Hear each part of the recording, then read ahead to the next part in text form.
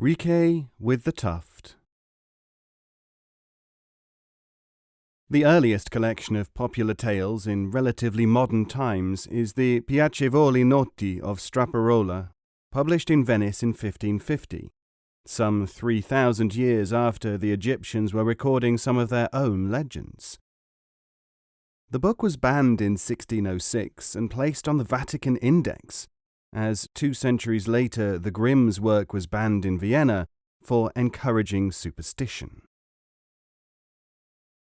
Apart from often ignoring the question of a sound moral, the traditional story's superstitious content may have included deeper implications. The Riquet tale, transmitted by Charles Perrault in the 18th century, could be taken as suggesting that humanity, within its often somewhat ugly outer husk, has a potential for transformation and inner beauty. Beauty and the Beast has been characterized, for similar reasons, as a Buddhist-inspired tract, though the transformation or development theme is far from being a Buddhist monopoly.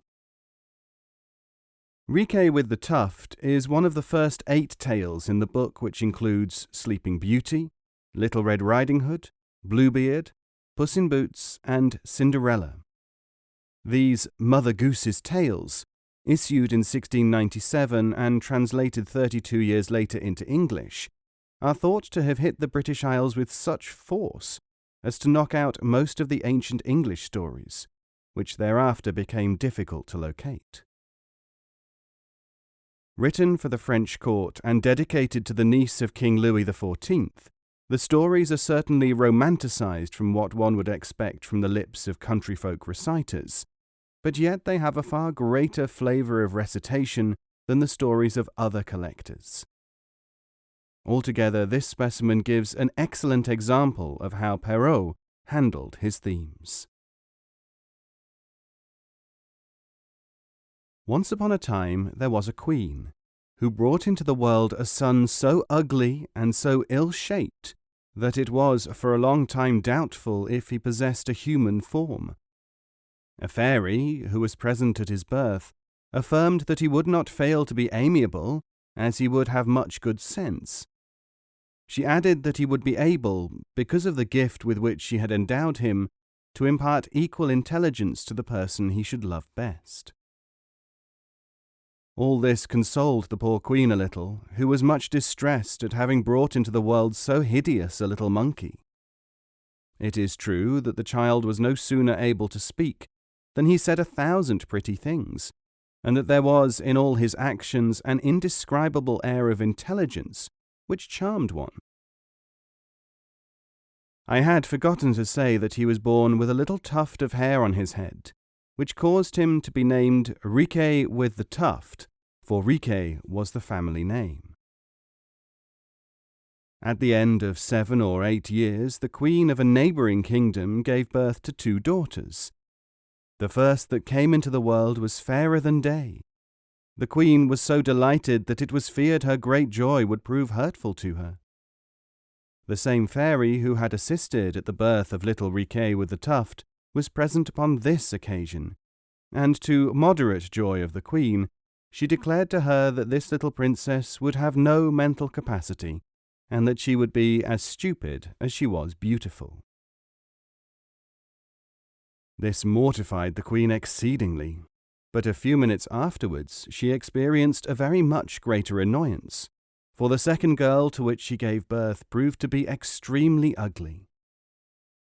"Do not distress yourself so much, madam," said the fairy to her. "Your daughter will find compensation.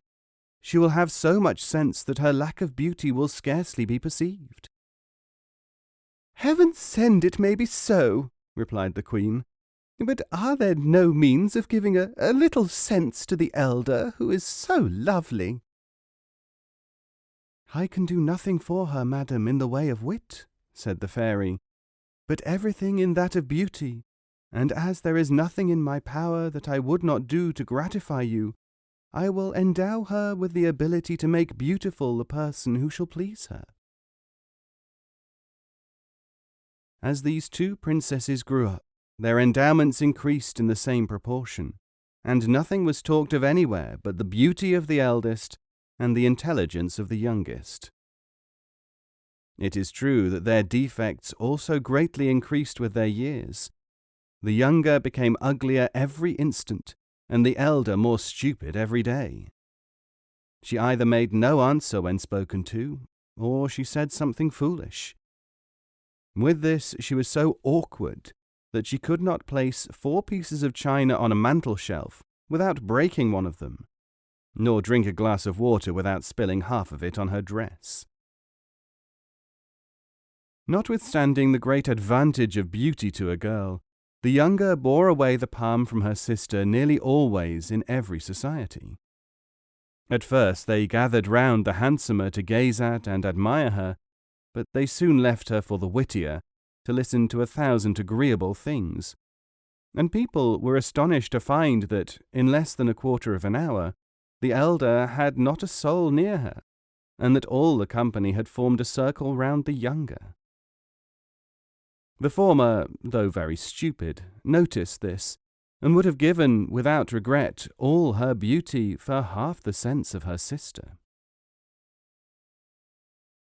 The queen, discreet as she was, could not help reproaching her frequently with her folly, which made the poor princess ready to die of grief. One day, when she had withdrawn into a wood to bewail her misfortune, she saw a little man approach her, of most disagreeable appearance, but dressed very magnificently. It was the young Prince Riquet with the Tuft. He had fallen in love with her from seeing her portraits, which were sent all round the world, and had quitted his father's kingdom to have the pleasure of beholding her and speaking to her. Enchanted to meet her thus alone, he accosted her with all the respect and politeness imaginable. Having remarked, after paying the usual compliments, that she was very melancholy, he said to her, "I cannot comprehend, madam, how a person so beautiful as you are can be so sad as you appear. For though I may boast of having seen an infinity of lovely women, I can say that I have never beheld one whose beauty could be compared to yours." "You are pleased to say so, sir," replied the princess, and there she stopped. "Beauty," continued Riquet, "is so great an advantage that it ought to surpass all others.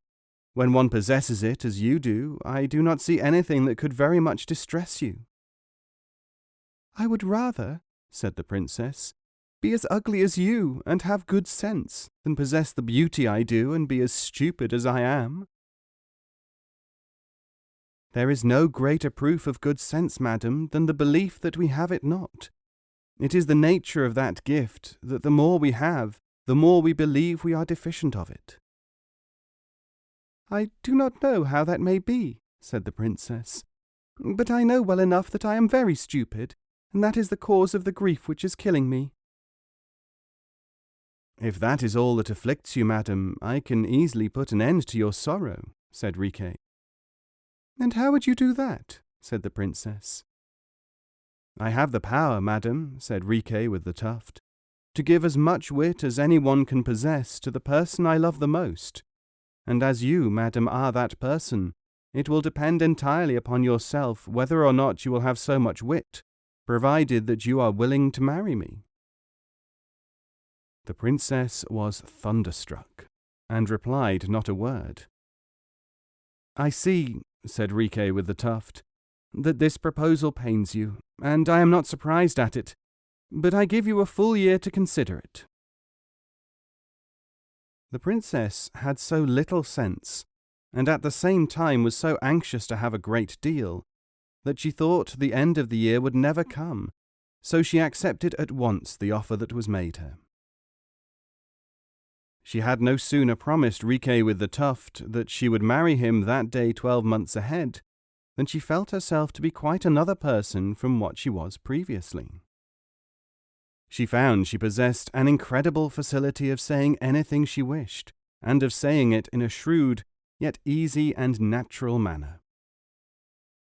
She commenced on the instant, and kept up a sprightly conversation with Riquet with the Tuft, during which she chatted away at such a rate that Riquet with the Tuft began to believe he had given her more wit than he had kept for himself. When she returned to the palace, the whole court was puzzled to account for a change so sudden and extraordinary, for in proportion to the number of foolish things they had heard her say formerly, were the sensible and exceedingly clever observations to which she now gave utterance. All the court was in a state of joy which is not to be conceived. The younger sister alone was not very much pleased. No longer possessing over her elder sister the advantage of wit, she now only appeared, by her side, as a very disagreeable-looking person. The king was now led by his elder daughter's advice, and sometimes even held his council in her apartment. The news of this alteration having spread abroad, all the young princes of the neighbouring kingdoms exerted themselves to obtain her affection, and nearly all of them asked her hand in marriage. But she found none of them sufficiently intelligent, and she listened to all of them without engaging herself to anyone. At length arrived a prince so rich, so witty, and so handsome that she could not help feeling an inclination for him. Her father, having perceived it, told her that he left her at perfect liberty to choose a husband for herself, and that she had only to make known her decision. As the more sense we possess, the more difficulty we find in making up the mind positively on such a matter, she requested, after having thanked her father, that he would allow her some time to think of it. She went, by chance, to walk in the same wood where she had met with Riquet with the Tuft, in order to ponder with greater freedom on what she had to do. While she was walking deep in thought, she heard a dull sound beneath her feet, as of many persons running to and fro and busily occupied. Having listened more attentively, she heard one say, "Bring me that saucepan," another, "Give me that kettle," another, "Put some wood on the fire."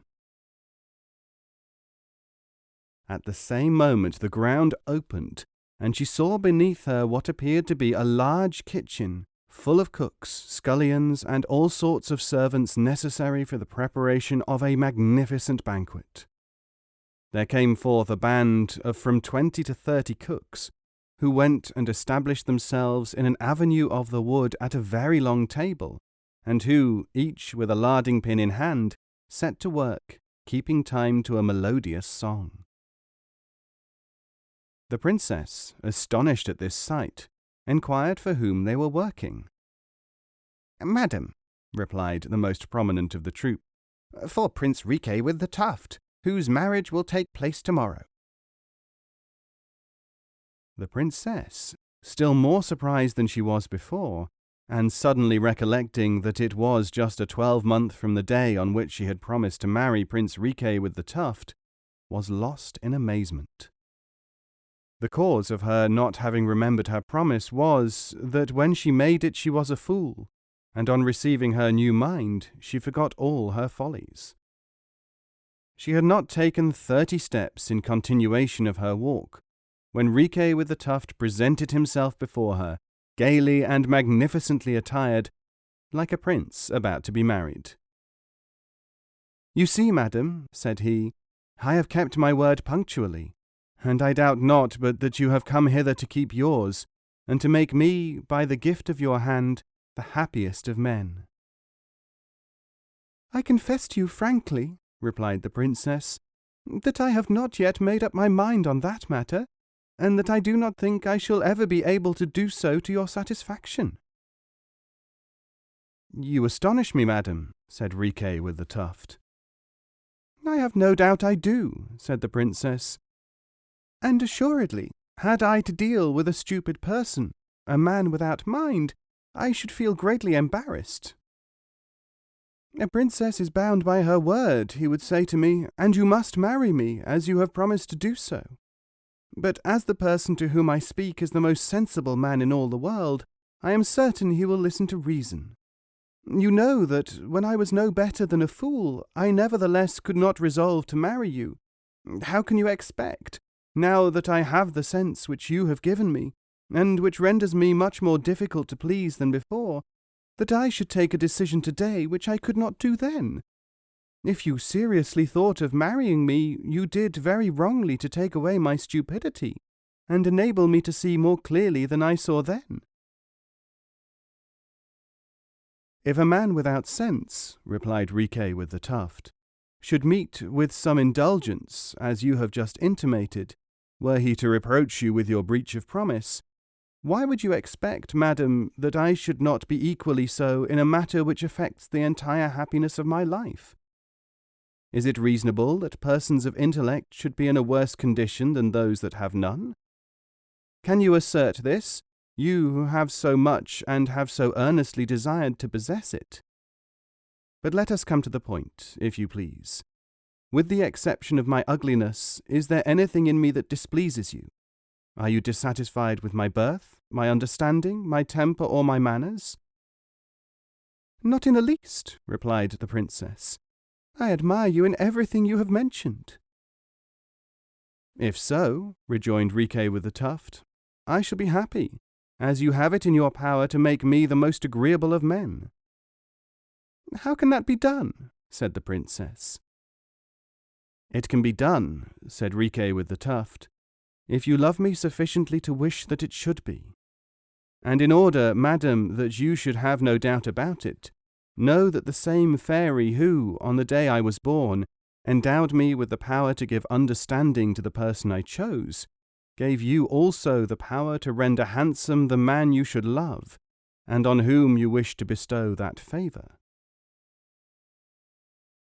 If such be the fact, said the princess, I wish with all my heart that you should become the handsomest prince in the world, and I bestow the gift on you to the fullest extent in my power. The princess had no sooner pronounced these words than Riquet with the Tuft appeared to her eyes, of all men in the world, the handsomest, the best made, and most amiable she had ever seen.